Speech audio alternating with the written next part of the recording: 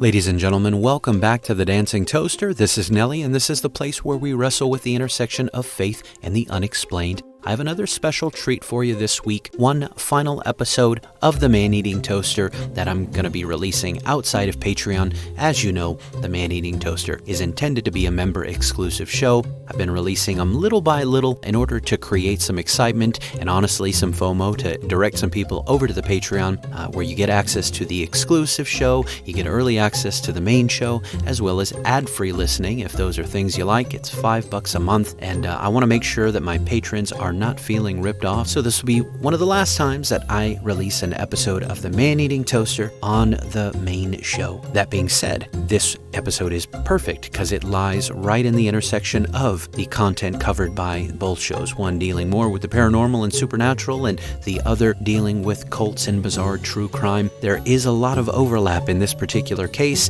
and I've been hoping that there'd be a lot of overlap with the audiences that would be interested in the bizarre true crime angle, the cult angle, as well as the paranormal stuff covered on the main show. I'm finding that intersection is not as large as anticipated, so I'm also, I covet your prayers for some recalibrations to occur and perhaps some pivoting with some of the content, but I don't want to say too much and give away any of the plans that I have in store. I definitely see a drop when I release certain episodes of the Man-Eating Toaster that are not dealing so much with the paranormal. So, anyways, these are some hints. I'm just hinting. Today, it definitely lies in the intersection of both. So please stick around, check it out. If you like it, head on over to the Patreon. There is some additional stuff that is up there already that won't see release on the main show, at least for some time. So I love you, I thank you, and I hope you enjoy this spicy one I have cooked up for you today. Flight crew, please prepare for takeoff. Activation code required. Scanning. Login authorized. Evacuation sequence activated. Accessing archives.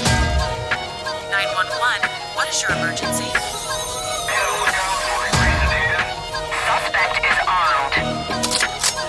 Self-destruction. I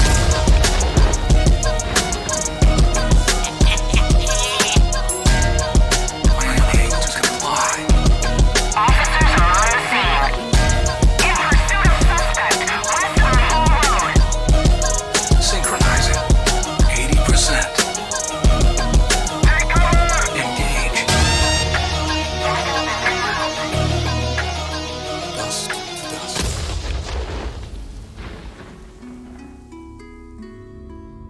A warning before we begin. Each episode of the Man-Eating Toaster gets darker. That's the nature of this show. We're diving into the lives of real monsters. Evil isn't just fiction, and to expose it, we'll go places that make people uncomfortable. That's okay. You don't have to listen. But if you've ever cracked open the book of Judges, you know the Bible doesn't shy away from darkness either. The world is a dark place, and true crime only covers the parts we know about. Gives us a glimpse into the dark depths of the human heart, a heart that Scripture reveals is desperately wicked. True crime shows us what those wicked hearts are capable of apart from Christ. And one of the most uncomfortable realities is that not only are we all sinners, we are all capable of a variety of atrocities. Jesus didn't just condemn murder, he condemned hatred. He put it on par with murder because he knows that hatred is what sows the seeds of murderous deeds. When speaking with the self-righteous, I will often attempt to get them to see that they would do even more wickedness if they thought they could get away with it. Some of the figures we'll cover on this show, including today, will have terrible upbringings that help to warp them and pull them into darkness, whereas others had ideal lives on the surface, but dark existences behind closed doors. Sometimes you go to the zoo and you look at 420 pounds of teeth, muscle, and mane as a lion eyes you up through 22 millimeters of multi-layered laminated glass. True crime is looking through the safety glass of time and distance at humans that behaved worse than animals. Today we'll look at one such animal. Again, I warn you, there is a steep escalation in the subject matter today. This man didn't kill you by making you drink the Kool-Aid. He killed people and drank their blood like Kool-Aid. Proceed at your own risk. Put the kiddies to bed. Listener discretion is advised.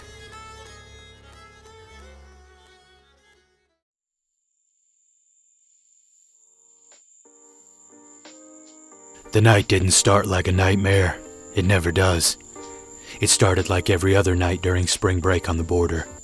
The air thick with humidity, tequila, and the kind of freedom that makes young men forget they're not invincible. South Padre was already humming with life that week in March 1989. Sunburned college kids chasing the clock, living like time was something they could outrun.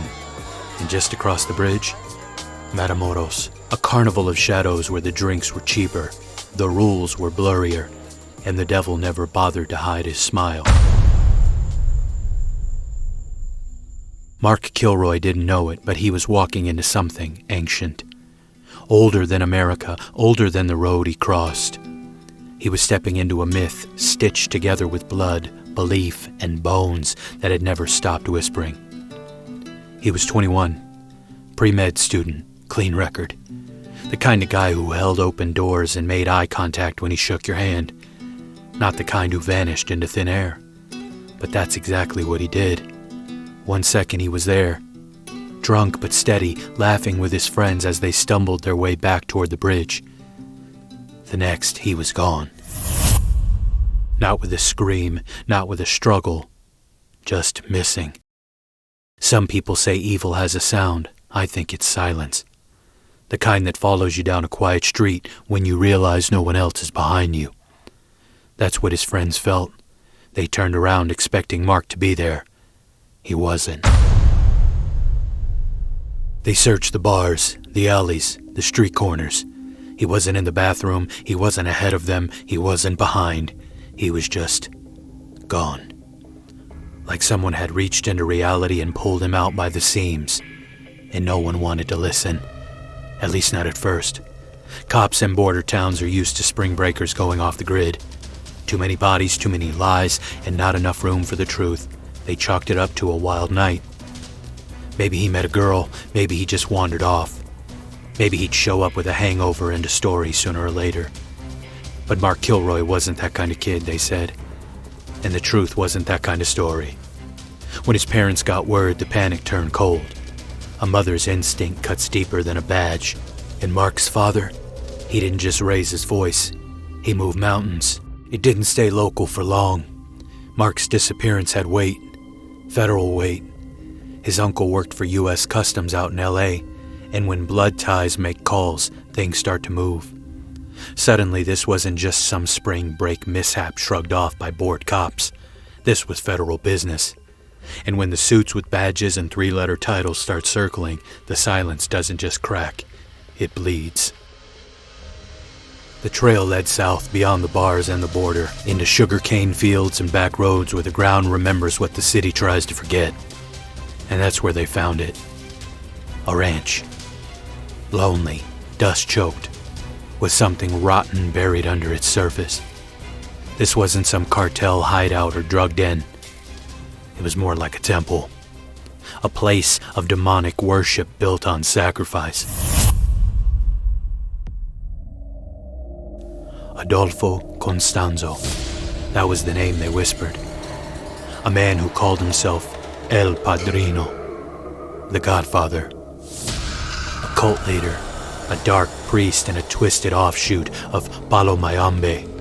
And he wasn't alone. He had disciples, true believers who thought blood could open doors, that pain could summon power.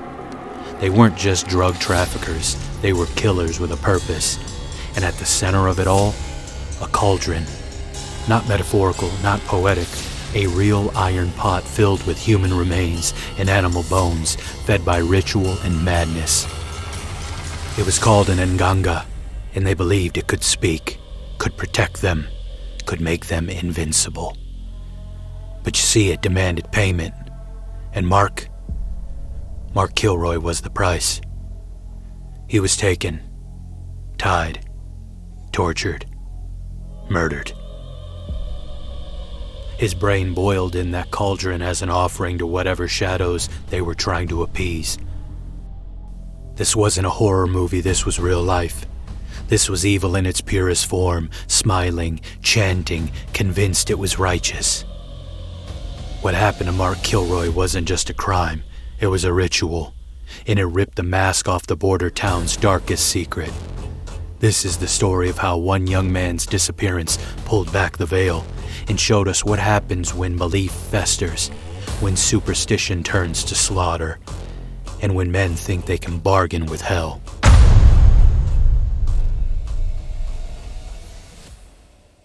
Welcome back, my beautiful toasties, to the Man-Eating Toaster. You know by now this is Nelly, and you know by now that this is the place where we cover cults and true crime, typically with a bent toward the strange, usually religious themes, occultic themes, or supernatural themes. Is this about true crime or occult today? Well, the answer is yes.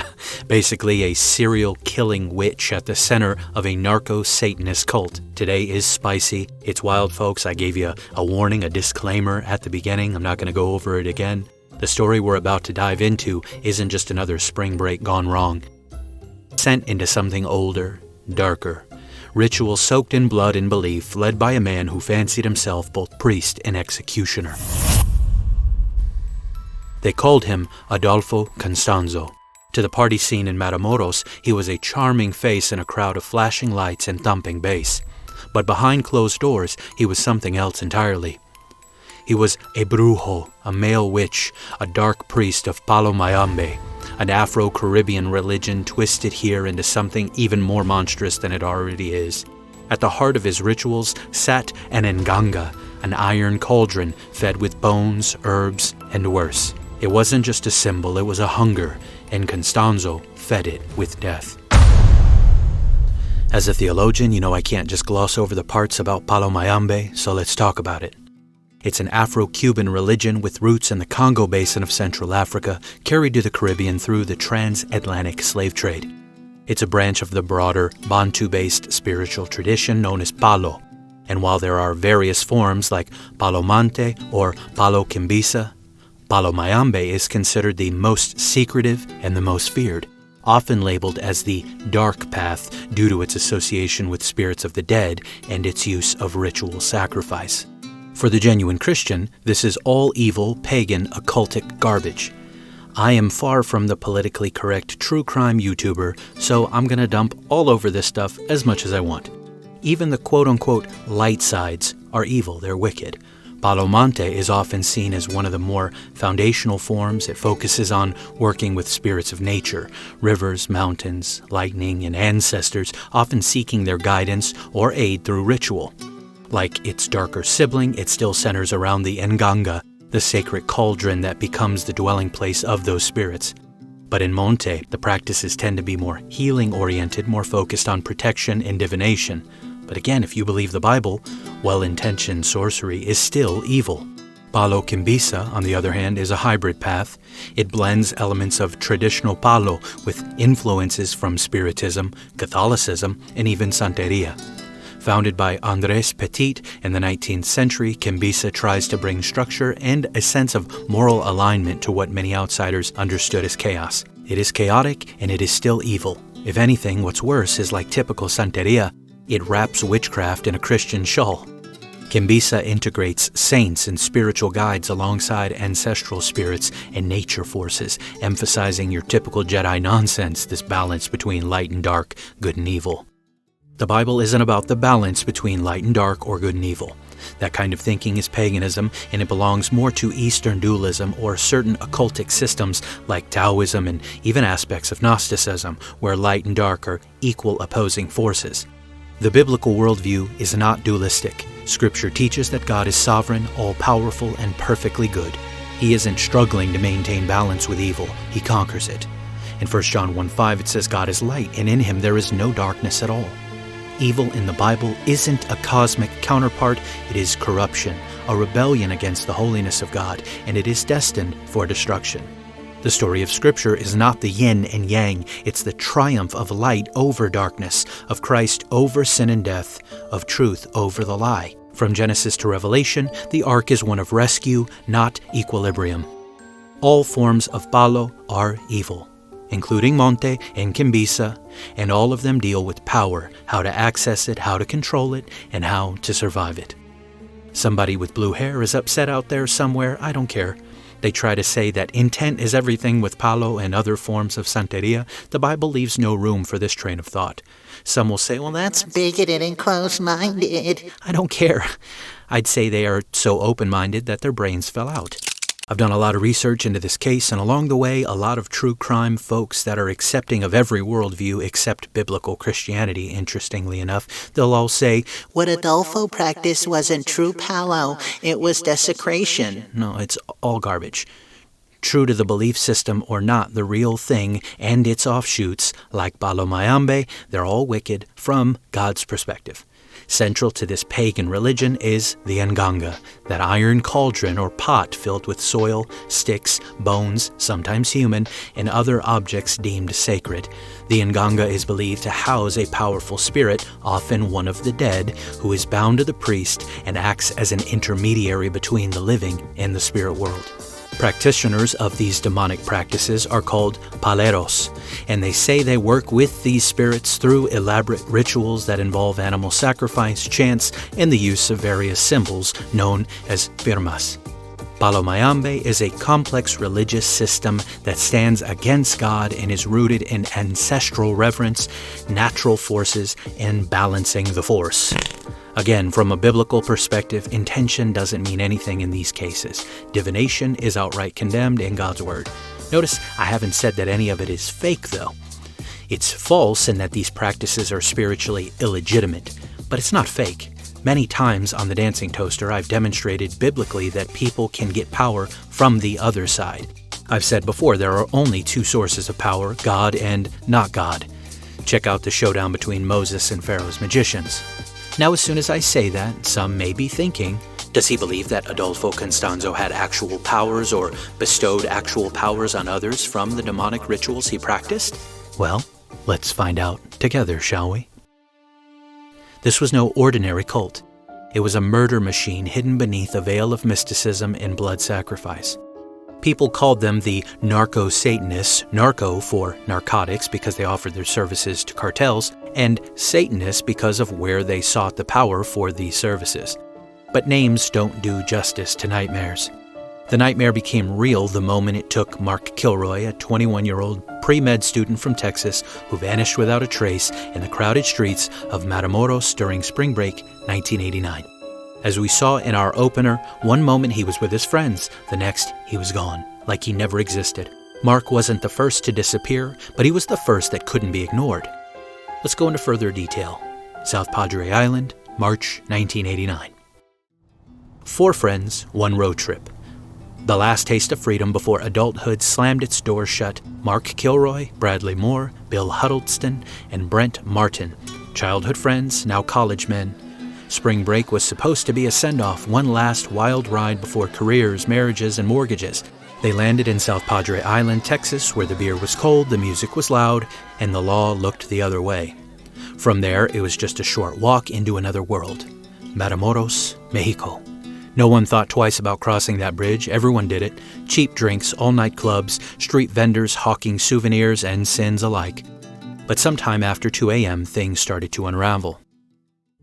They were drunk, they were tired, and stumbling back toward the bridge, homebound. That's when they got separated. Bill ducked behind a bar to relieve himself. Mark stayed back, waiting. When Bill stepped out again, the group had reformed, but Mark was not there. He was gone. Like the night swallowed him whole. They searched the streets, checked bars and alleyways, crossed the bridge hoping to find him waiting by the car. But nothing. Not a whisper. Then came dread. The kind that settles in your gut and doesn't leave.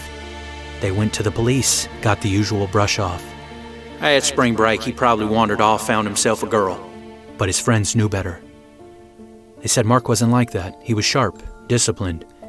He didn't just disappear. Word got back to his parents, and when the authorities found out his uncle was a U.S. Customs agent, the indifference cracked. They started digging, and what they found was horror wearing a ritual mask. The search for Mark Kilroy exploded. A clean-cut college kid doesn't just evaporate without consequence, especially not one with a family that knew how to make phones ring in federal offices. Soon, what started as a missing persons case became something else entirely. The authorities in Brownsville, Texas, weren't just filing reports anymore. They were crossing the border, checking morgues, knocking on doors in jail cells in Mexico, shaking every branch they could find in a forest that didn't want to give up its secrets. They were desperate, and desperation makes men look where they otherwise wouldn't. The Mexican authorities launched their own investigations. For 3 weeks, both sides of the border hunted for something, anything. But there was still nothing, no leads, no sightings, and no body. Mark Kilroy had disappeared as if the night itself had swallowed him whole, and for a time it seemed like that would be the end of it, a ghost story sewn into the cracks of Matamoros. But then something strange. April 1st, 1989, what looked like a routine narcotics operation turned out to be the crack in the wall they'd been waiting for. Anti-drug agents had set up random checkpoints outside Matamoros, just another dragnet meant to slow the flow of cocaine and contraband across the border. The drill was simple. Stop the car, pop the trunk, check the glove box, wave them through. Then came the red truck. It didn't slow down, didn't tap the brakes. It tore through the checkpoint without so much as a glance, like the driver thought he was untouchable, or maybe convinced the law was just a rumor. Either way, he just lit a match in the dark. Unmarked cars peeled out and followed silently. No sirens, just cold engines and colder eyes. They wanted to see where the truck was going because when someone runs without being chased, they typically have something to hide. The truck led them off the pavement, down a stretch of cracked dirt road until it stopped at a ranch. Rancho Santa Elena, a property linked to the Hernandez family, a known drug-running operation in the area. But what the officers would find there wasn't just kilos of product or stacks of cartel cash. No, this was deeper, and it was darker. Beneath the surface of the drug trade was something older, something rotten, rituals carved into the bones of the land, blood in the soil. What they stumbled onto wasn't just a trafficking ring. It was a cult, sadistic, meticulous, and at its center was Adolfo Constanzo. Constanzo wasn't your average cartel boss. He didn't just want money or power. He wanted control over life and death, and he believed he could get it through blood. He was born in Miami in 1962, raised by a young Cuban mother named Delia, who fled the revolution. But Delia didn't leave the old gods behind. She brought them with her. By the time Adolfo was out of diapers, he was being dedicated to Palo Mayombe, the demonic religion of spirits, sacrifice, and shadows. Delia believed her son was special, and when a Haitian Palo priest held him in his arms, blew cigar smoke around his tiny face, and stared into his unblinking black eyes, he confirmed it. He said, "This one is chosen." A future master of spirits, a man born to command the dead, they thought. Adolfo was raised not just on milk and folklore, but on ritual. His godfather, or padrino, took him under his wing, teaching him the rites and the rules of Palo Mayombe, at least his version of it. We touched on the variations of Palo, but none of it's centralized. There's no pope, no book, no singular truth to it. Every house practices it a little differently, but the nganga is a common thread. Some dedicate their nganga, that creepy iron cauldron, to healing. They fill it with holy water, a bogus concept, herbs, crucifixes, and the like. Again, just like Santeria, an unholy mixture of witchcraft with a Christian veneer.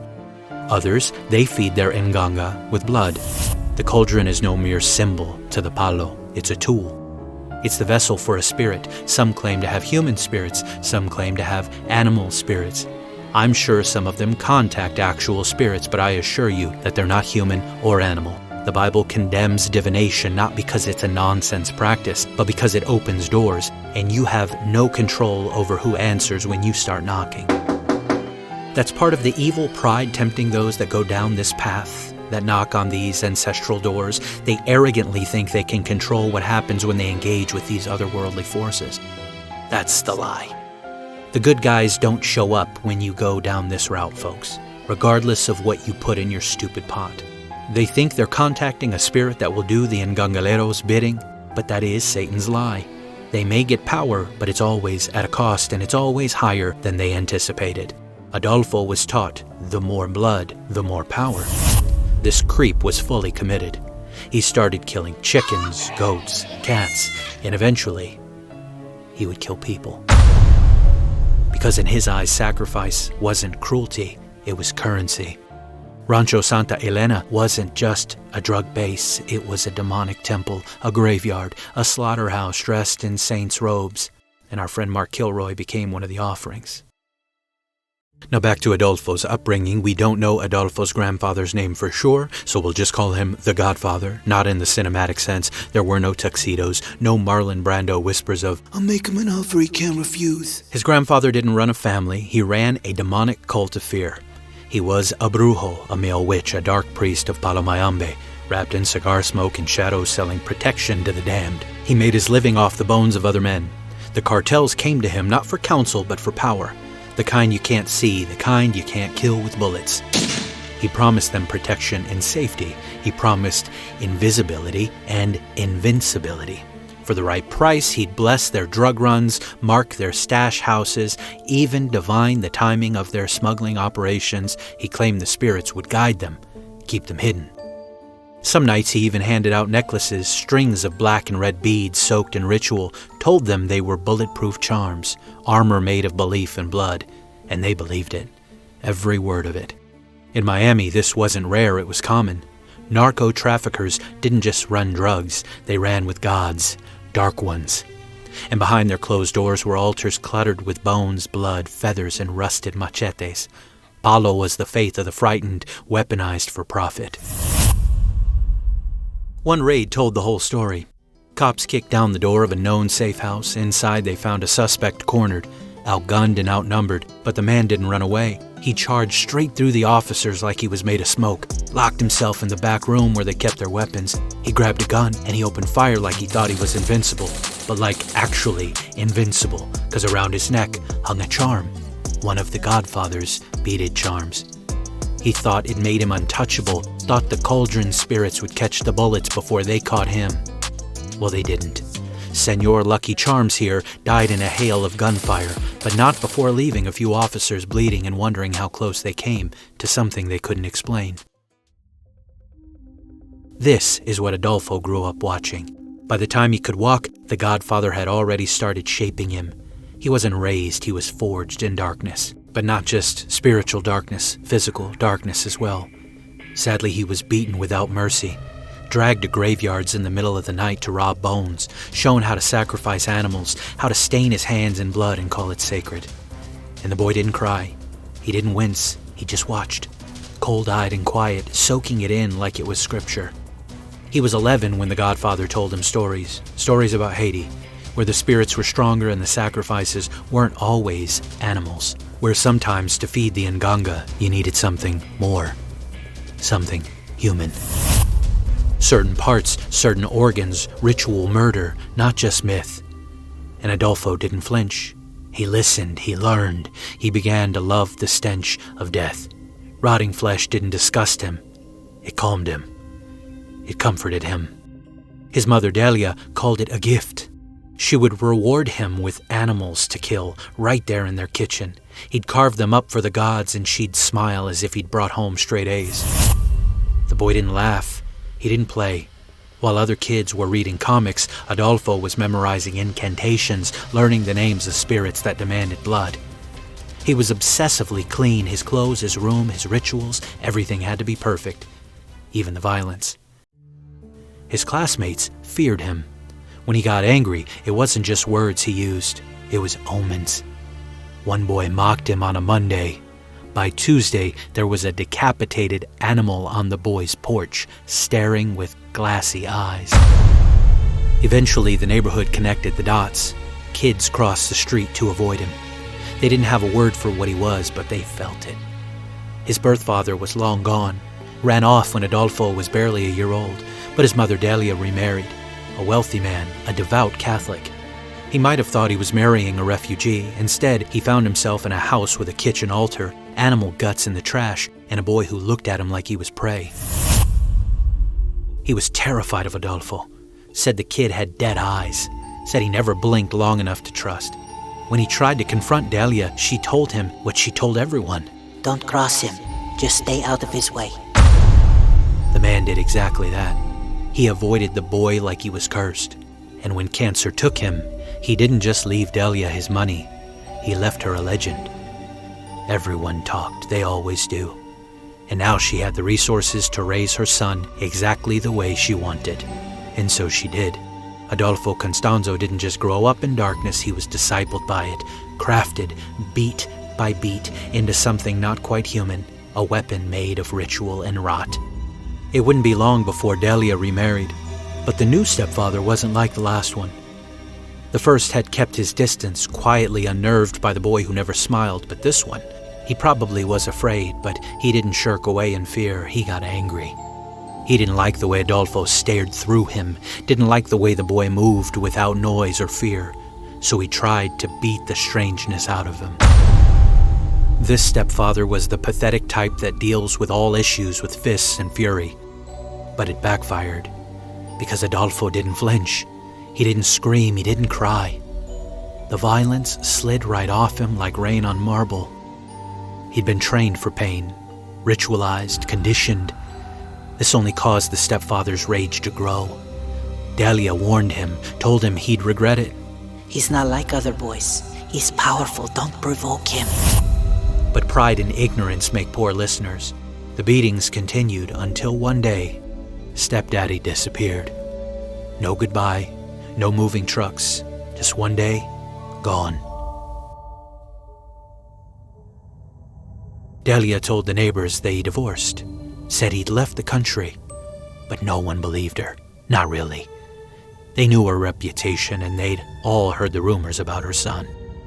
They minded their business. They didn't press for details, they looked the other way because the truth might have been more than they could handle. By the time Adolfo reached his teens, the dark aura that surrounded him had begun to warp into something magnetic. Girls found him handsome, mysterious. The cold stare that once made kids flinch now made hearts race. He started dating, got a girl pregnant when they were both 14. Her parents took the baby and banned her from ever seeing him again. They wanted nothing to do with the boy who made animals disappear and left strange symbols scratched into the dirt outside of their home. And yet his reputation grew. Word spread that Adolfo could see things, that he could predict the future, that he could talk to things the rest of the world pretended didn't exist. People came to him, curious, desperate, and superstitious. Following in his godfather's footsteps, they paid him to speak to the dead, to read cards, to whisper secrets pulled from the beyond. And Delia, she beamed with pride. Her son, The chosen one.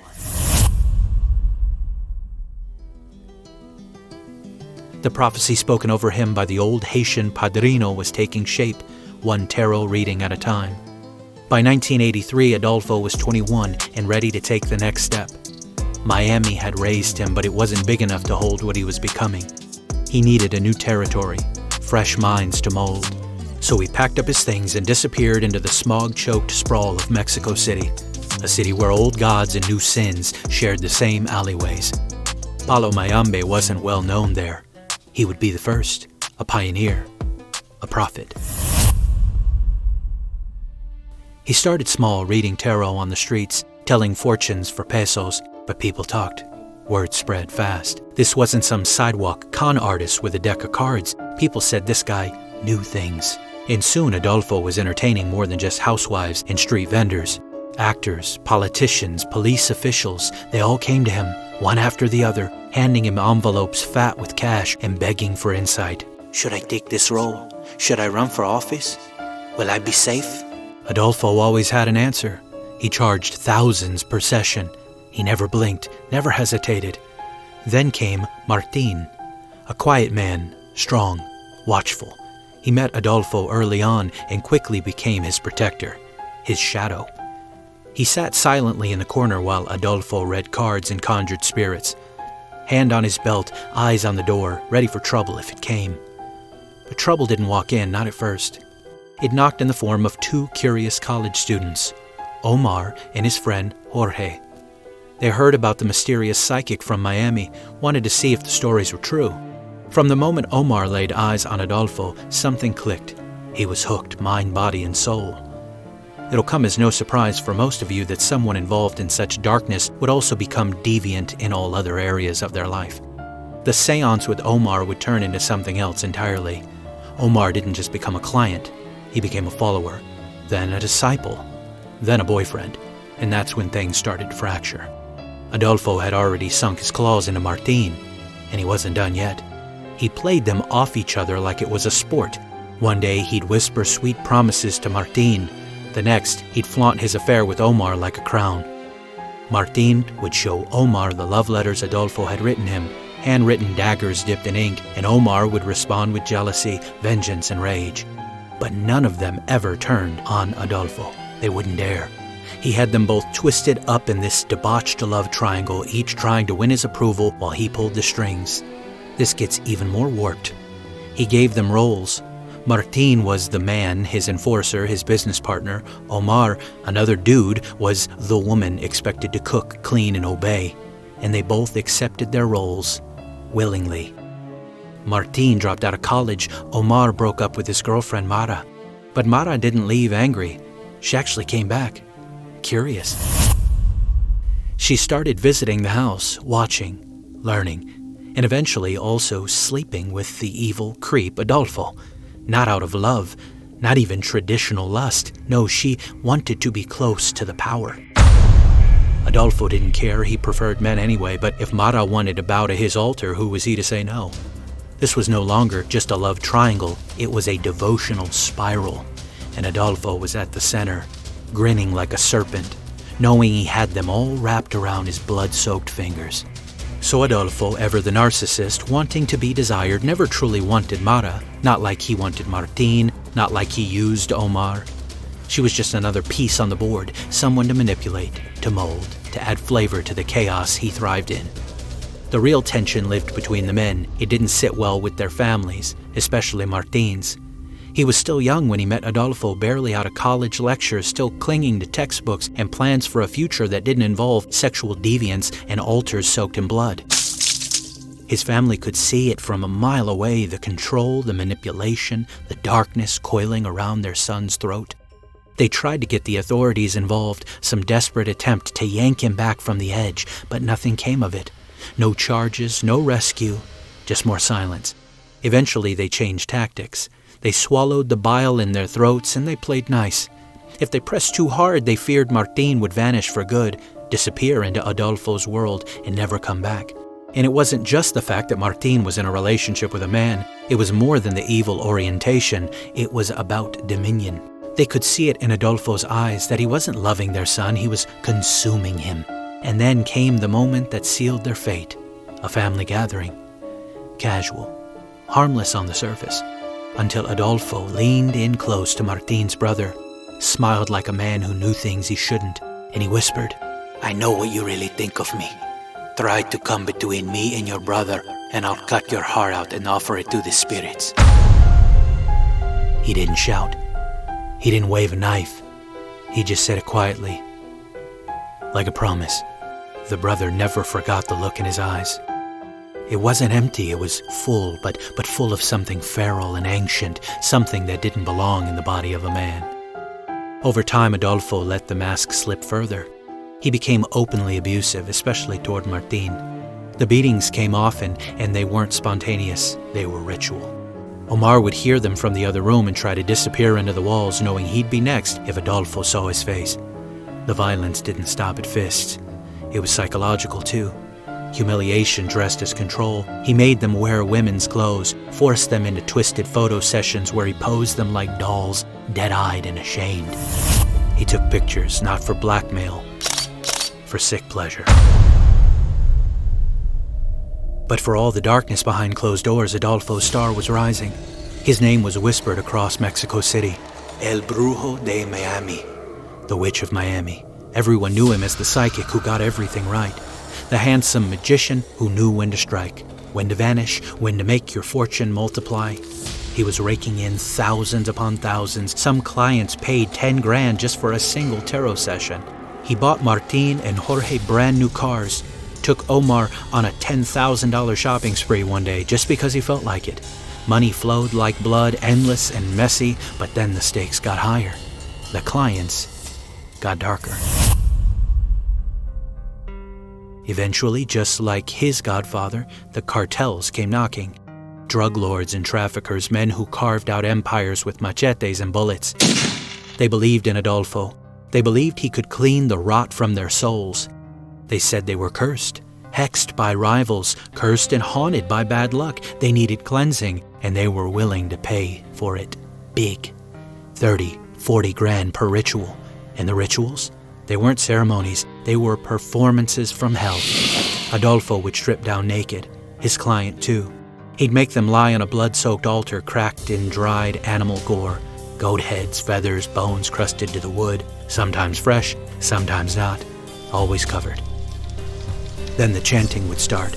A language not meant for human tongues, he would pass animals over the client's body, some already dead, others alive and shaking. Then he'd kill one, slowly, purposefully. Blood would spill across the altar as if feeding something just beneath the surface. Then came the egg. He'd run it over their body, under arms, across legs, across the chest, saying it was absorbing the evil, that it would trap whatever curse lingered inside them. Then he'd crack it. From the broken shell would fall an eyeball, bloody, veined, watching. He told them it was the evil eye, the thing that had haunted them, now extracted from their body by his power. Whether it came from a goat or something worse, no one asked. They didn't want to know. They just nodded, relieved, demonically reborn. And it worked, at least in their minds. The smuggling went smoother, the deals got bigger, the bullets missed, the money came faster. Adolfo wasn't just a reader of fortunes anymore, no, he was El Padrino, the Godfather. A prophet, a priest, a puppeteer pulling strings through blood and terror, and people followed. The cult wasn't born in blood, it was stitched together in secrets, a look here, a whispered phrase there. It began quietly, like a ritual without words, binding the faithful long before the first screams ever broke the silence. Adolfo wasn't building a faith, he was building an engine, one that ran on fear, flesh, and obedience. He taught them his language, the rituals, the signs, the sacred lies he whispered under moonlight. At first they practiced on animals.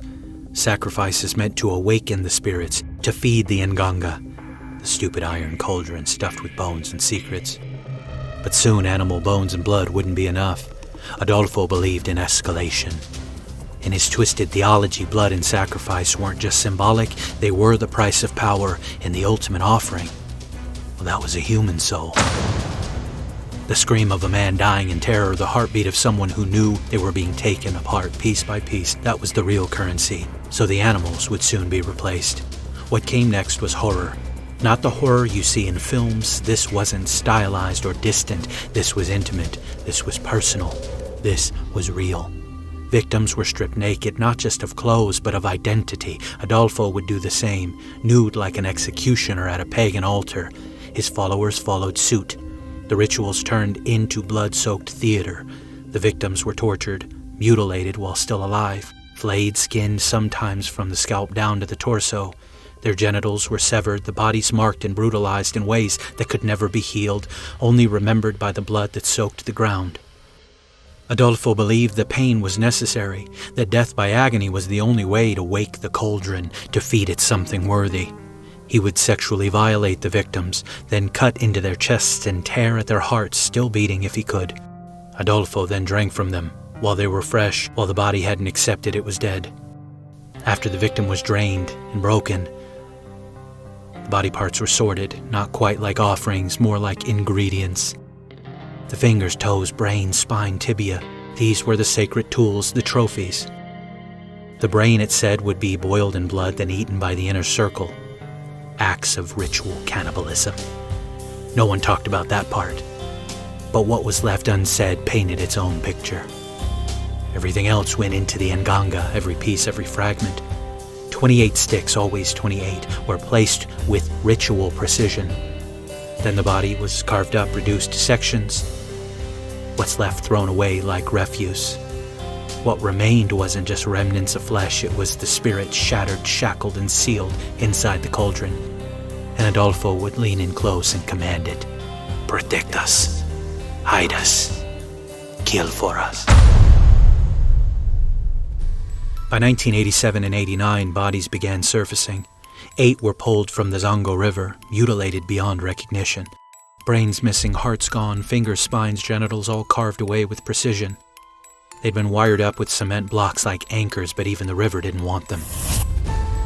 And those were just the ones found. God knows how many are still buried, silent beneath Mexican dirt. Adolfo wasn't just a cult leader, he was an occult serial killer, a prophet of torment. And the terrifying thing, if you didn't know this was real, you'd swear it came from a horror novel, too grotesque to be fact. But every bit of it happened, every ritual, every scream, every mutilated body. He told his followers their souls were dead, that they were no longer human, and after a while they believed it. But he wanted more. By 1987, Adolfo decided he needed a woman, someone charming, someone who could lure victims into the lion's den. That's when he met Sarah Aldrete, the last piece of the puzzle. Sarah looked like the girl next door. Beautiful, bright, outgoing. A college student from Brownsville with a flawless GPA and professors who swore she was destined for greatness. But she was searching. Hollow. Ready for something older. She met Adolfo on the streets of Matamoros and fell for him instantly. By night, she became La Padrina, the godmother, a priestess in his blood cult. Some called her a bruja, a witch. Others called her a high priestess. Whatever the title, she crossed that border each day, slipping between two worlds, top of the class by morning, executioner by night. She wasn't just a follower. She was a key. Because Sarah had connections, dangerous ones. She'd once dated Elio Hernandez, a member of the infamous Hernandez drug family. And she had intel. The oldest Hernandez brother, the one who kept the operation together, was dead. Since his passing, the whole cartel had started crumbling. They were bleeding money and scrambling for direction. To Adolfo, this was music to his ears. The perfect storm of grief, desperation, and opportunity. He didn't want to work for them. He wanted to own them. Sarah set up a meeting, told Elio that Adolfo was a powerful brujo, that he could restore their operation, make them invisible to the law. They would agree, and Adolfo performed his dark rituals, and believe it or not, things started to turn around for the crime family, so they bought in deep. Soon Adolfo had the Hernandez cartel eating out of his hand. He didn't want a paycheck. He wanted a kingdom.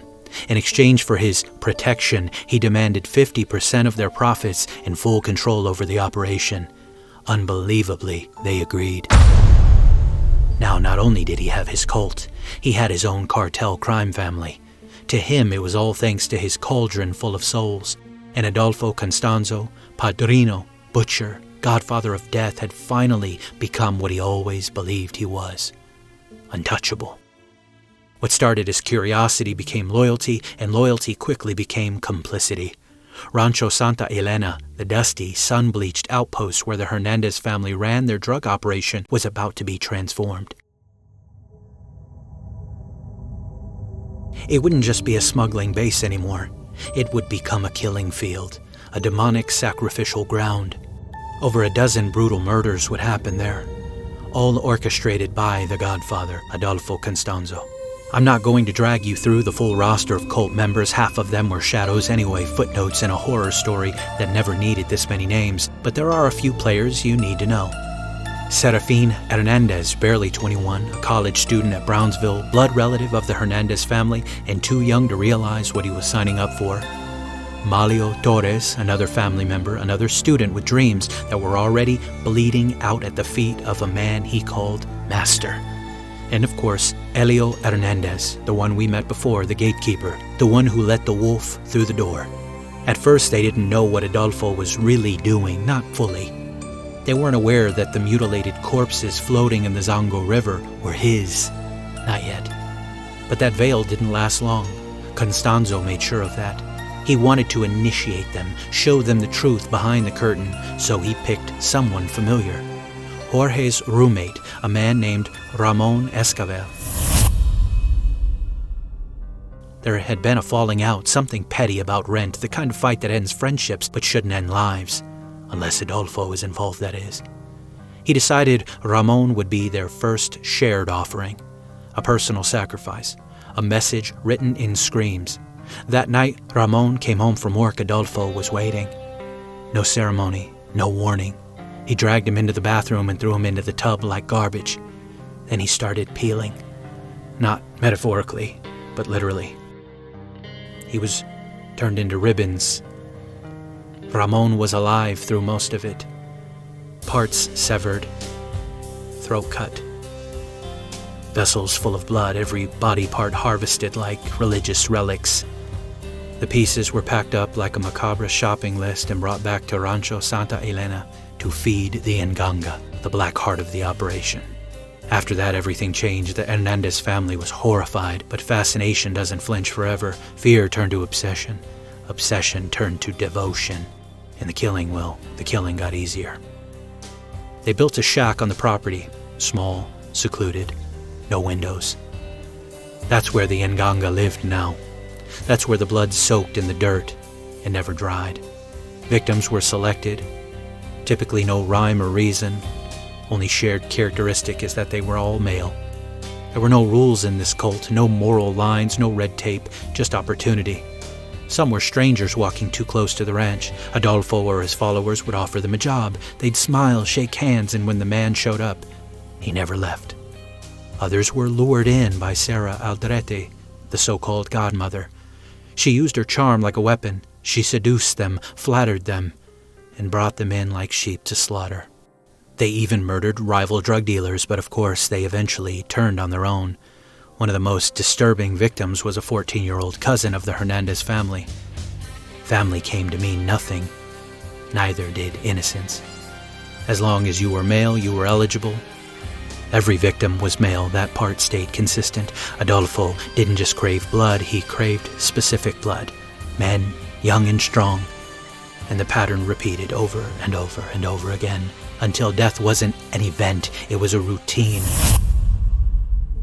Rancho Santa Elena became a graveyard that breathed. Every scream added to its pulse, every drop of blood watered something ancient, something dead that Constanzo believed he was keeping alive. But now we prepare to come full circle to the young man who would be slaughtered, but whose disappearance would be the catalyst that led to the downfall of this evil monster and his cult. It had been over a year since the rituals began at Rancho Santa Elena. A year of blood and whispers of screams muffled by the unforgiving stillness of the desert. The murders had become routine, but Adolfo Constanzo didn't want routine. He longed for something unique. In March of 1989, he told his followers the Nganga was no longer satisfied. He said it was asking for something new, not just something young, but something American, blonde if possible. A strange request unless you knew Adolfo. The cauldron's will often sounded suspiciously like his own darkest desires. Was it really spiritual necessity or sadistic fantasy wearing the mask of ritual? Either way, the orders were clear. He wanted a spring breaker, and so his followers hunted. The streets of Matamoros were a river of noise and neon, thousands of American students flooding the clubs and bars for cheap drinks and wild nights. Among them was Mark Kilroy, the 21-year-old pre-med student from Texas, smart, clean-cut, blonde. He and his friends, Brad, Billy, and Brent, had driven down from Brownsville across the Gateway Bridge to soak up the party scene on the Mexican side. They bar-hopped until exhaustion set in around 2 a.m., then started heading back toward the bridge, but along the way, Billy peeled off to use the restroom, leaving Mark alone just for a moment, but that's all it took. According to later confessions, Serafin Hernandez, one of the cult's inner circle, was cruising nearby with other members, and they spotted Mark, alone, drunk, disoriented. He fit the profile too well to pass up, he thought. Serafin pulled up beside him, offered him a ride. Mark hesitated at first, but the long walk across the border didn't appeal in his current state. He was exhausted, intoxicated, and the voice offering help didn't sound like danger. It sounded like convenience. So he climbed in. They drove off, smooth at first. Light conversation, no red flags. Mark didn't suspect a thing until the truck pulled off the road, under the pretense of a bathroom break. Something shifted. Adrenaline doesn't need an explanation, so Mark took off. But the men chasing him were ready. They shouted for him to stop using the tone of police officers, and Mark, drunk, disoriented, and afraid, stopped cold. He thought he was being detained, thought the nightmare was just a misunderstanding. It wasn't. Another vehicle rolled up. More cult members. They grabbed him, duct taped his eyes and mouth, bound his wrists and ankles, and tossed him into the truck like a package. Then they drove him into the dark, straight to Rancho Santa Elena. Adolfo and Sarah weren't there just yet, so Mark waited in silence, bound, blindfolded, gagged.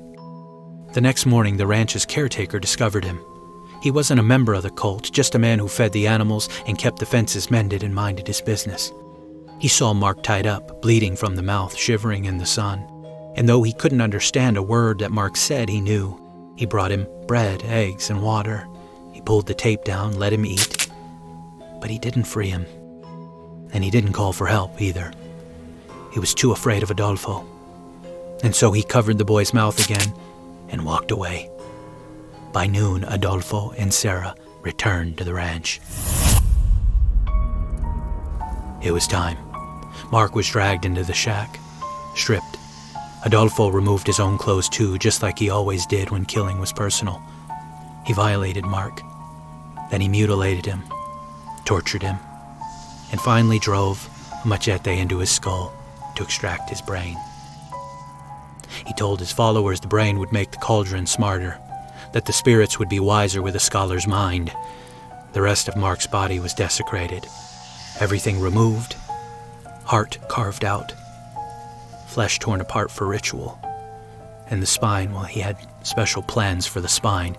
Adolfo said he wanted a necklace, a charm made of Mark's vertebrae. So they tied a wire to the spine, buried it shallow, and left the end of the wire sticking just out of the ground. In time, the flesh would rot away, and then they could come back and pull it from the dirt and wear it like power. For 3 weeks, the world didn't know what happened to Mark Kilroy. His parents searched. His friends mourned. And then on April 1st, Serafin blew through a police checkpoint like the rules didn't apply to him. And that mistake cracked the case wide open. Behind it, the bodies waited. Now it makes sense why Serafin Hernandez tore through that checkpoint like he was driving through fog. He thought he really was invisible and invincible, untouchable. That's what Adolfo told them. That's what the spirits were supposed to do, shield them from the law, that the cauldron made them immune to consequence. But the cauldron lied. Or maybe the man who fed it lied. Serafin didn't know the police had tailed him quietly, shadows in unmarked cars. They followed him all the way back to Rancho Santa Elena, but they didn't move in right away. They weren't ready for war, not without backup. At that point, they still thought it was just a drug bust. They had no idea they were standing at the gates of hell. When they returned, warrant in hand, they questioned the caretaker, the same man who fed Mark Kilroy the eggs and water in the hours prior to the brutal murder. He said very little, eyes down, hands steady. He wasn't one of them, but he understood the rules. He'd seen enough to know that silence wasn't safety, it was survival. The officers pretended to leave, told him to be quiet. But the moment they drove off, he ran to warn the cult. Adolfo, Sarah, and several others vanished into the wind. Still, when authorities returned with full clearance, they found 4 cult members at the ranch, including Serafin. They arrested them all and brought the caretaker in too. The questions started slow. Drugs, names, contacts. But one of the officers noticed something. The caretaker kept staring at a flyer on the desk, Mark Kilroy's face. When asked if he was okay, the caretaker broke the tension with a whisper. "I know that boy. He was here." That was the moment the mask dropped. They weren't just dealing with traffickers anymore. They were staring into the eyes of killers. When the interrogation shifted to Mark's disappearance, the mood darkened. The cult members spoke coldly, mechanically, like they were reciting a recipe. They claimed their souls were already dead, that prison couldn't touch them, that they were protected. When Serafin recounted Mark's final moments, it was like he was describing a grocery run. He said he had heard a sound, a boom like a coconut cracking. That was the sound of Mark's skull. But he had no emotion, no regret. Serafin just gave data. He was also the most talkative. He spilled everything because he thought the spirits would bail him out. That's how deep the delusion went. At that point, police believed Mark was the only victim. They brought Serafine back to the ranch, handed him a shovel and told him to dig. He found the wire, the one tied to Mark's spine. A sick trick to make it easier to retrieve the bones later. Dental records later confirmed what they already knew in their gut. It was Mark. As officers looked around, they spotted mounds of dirt, unnatural shapes in the earth. They asked Serafine, "Are there more?" He nodded. Yes. 15 mutilated bodies were found buried in and around Rancho Santa Elena. One of them had been murdered after Mark and Serafine kept talking. He named names. He told them who their real target was. Adolfo Constanzo. The manhunt began. Authorities recovered Adolfo's passport, and Serafine gave them his aliases. That led them to Mexico City. There they would find Adolfo, Sarah, and a few others hiding. The police plastered the city with flyers. TV coverage ran non-stop, but there were no leads, no slips, no signs. So the police in Matamoros came up with a different plan. They wanted to rattle him, shake his cage a little bit, break the illusion. They brought in a local witch doctor, someone who understood how to dismantle a man like Adolfo from the inside out. The witch doctor went to the ranch with officers and a film crew. He poured gasoline across the shack, in and around the nganga. Then, with cameras rolling, he dropped a photo of Adolfo into the cauldron as well. Then he struck a match.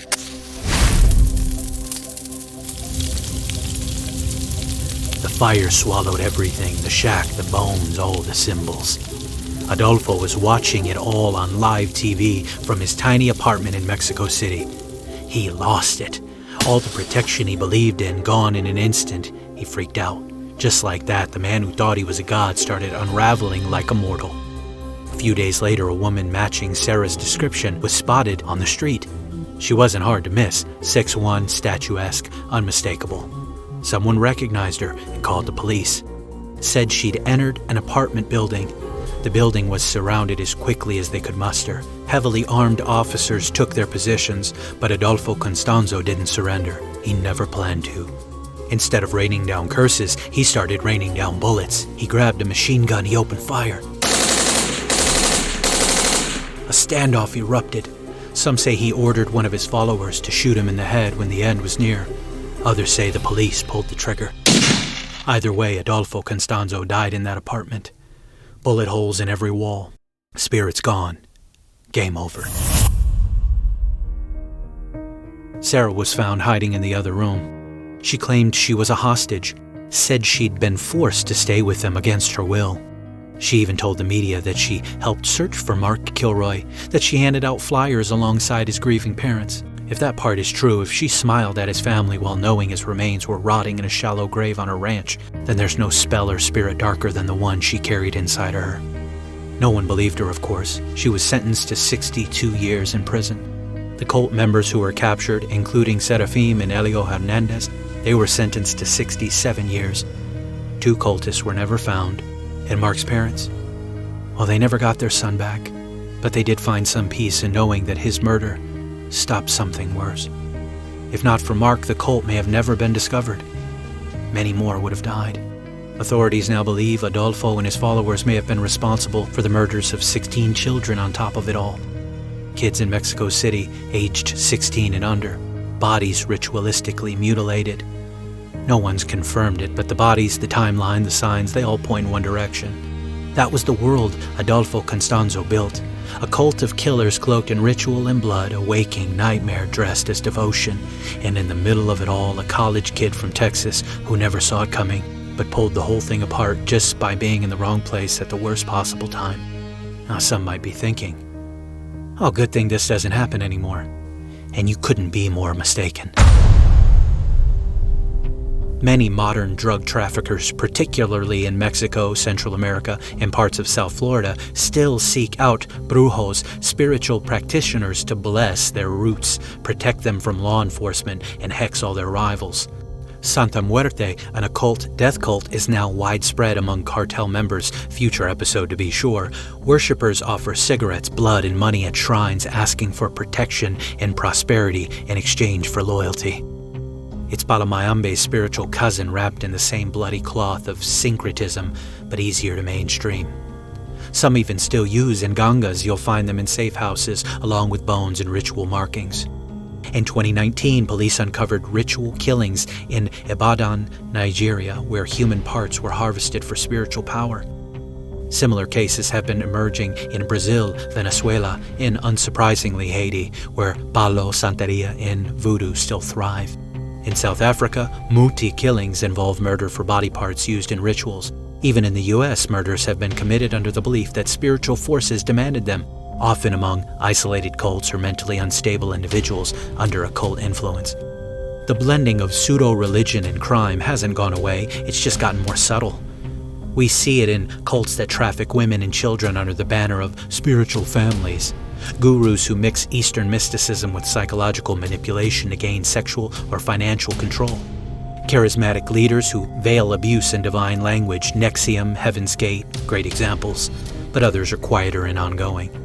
Like Adolfo, these figures use ritual and mysticism to dominate the minds of their followers, convincing them that obedience is salvation and questioning is damnation. Palo Mayombe, Santeria, voodoo, all of these demonic occult belief systems even blend Catholic imagery with occult power. This syncretism isn't rare, it's rampant. Modern so-called light workers, Instagram witches, witch talk, and energy healers are now rebranding this dark nonsense as spiritual wellness. But the tools, divination, spirit contact, ritual sacrifice, even if only symbolic, are all the same. Like I said before, there are only two sources of power, God and not God. Countless people today are practicing the same spiritual deceptions and darkness, only with incense and crystals instead of cauldrons and bones. The powers they call on haven't changed, just the packaging.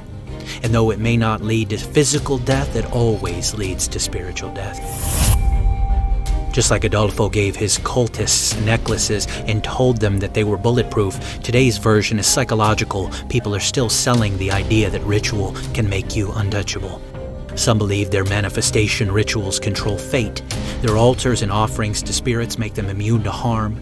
Their sacrifices, even if again metaphorical, buy them power, as do their stupid shiny rocks and ornate decks of cards.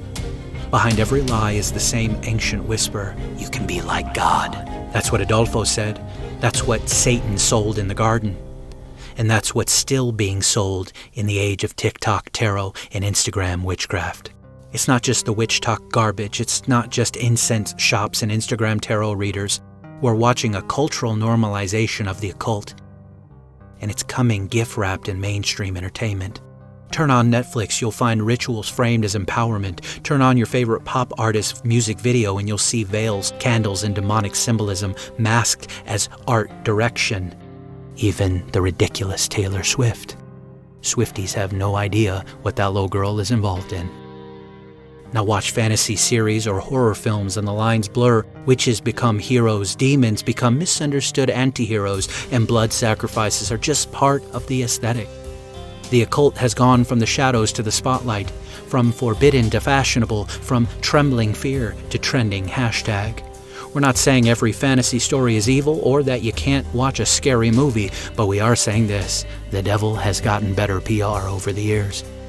He's not selling horror anymore, he's selling mystique. He's selling power without holiness, knowledge without repentance. And what used to be hidden behind black robes and candle smoke now dances across your screen in 4K. See the pattern for what it is, folks. Constanzo's cult spilled blood to summon power. Today's media spills ink and pixels to summon intrigue. The rituals haven't vanished. They've just been repurposed as entertainment. But behind both is the same lie. You can have power without God. You can control your fate. You can be like Him. That was the serpent's pitch in Eden. It's the same pitch now, just with a better sound system and a Season 2 reboot. As we mentioned at the start, the heart is desperately wicked, Jeremiah 17:9 declares. Evil still festers in secrecy, and ritual without redemption leads to ruin. That's why I do the show, because I want to uncover evil, identify it, expose its spiritual roots, and point to the only one who conquers it all. As long as people are seeking power apart from God, as long as the line between superstition and slaughter stays blurred, the spirit of Adolfo Constanzo lives on. But so does the power of Christ to crush it. Evil wears many faces, but truth only wears one.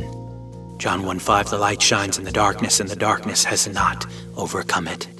Thank you for joining me once again, my toasties, on the Man-Eating Toaster. Thank you for your constant love and support. I cannot do this without you. Hit me up on the Patreon, let me know what you think and what else you'd like to see me cover on either show. Tell somebody at work or social media about the show, leave a like, leave a review, do all the things wherever you consume the Man-Eating Toaster, but whatever you do, don't let any Ngangas consume you. I love you. I'm out. Flight crew, please prepare for takeoff. Activation code required. Scanning. Login authorized. Evaluation sequence activated. Accessing archives. 911, what is your emergency? Suspect is armed.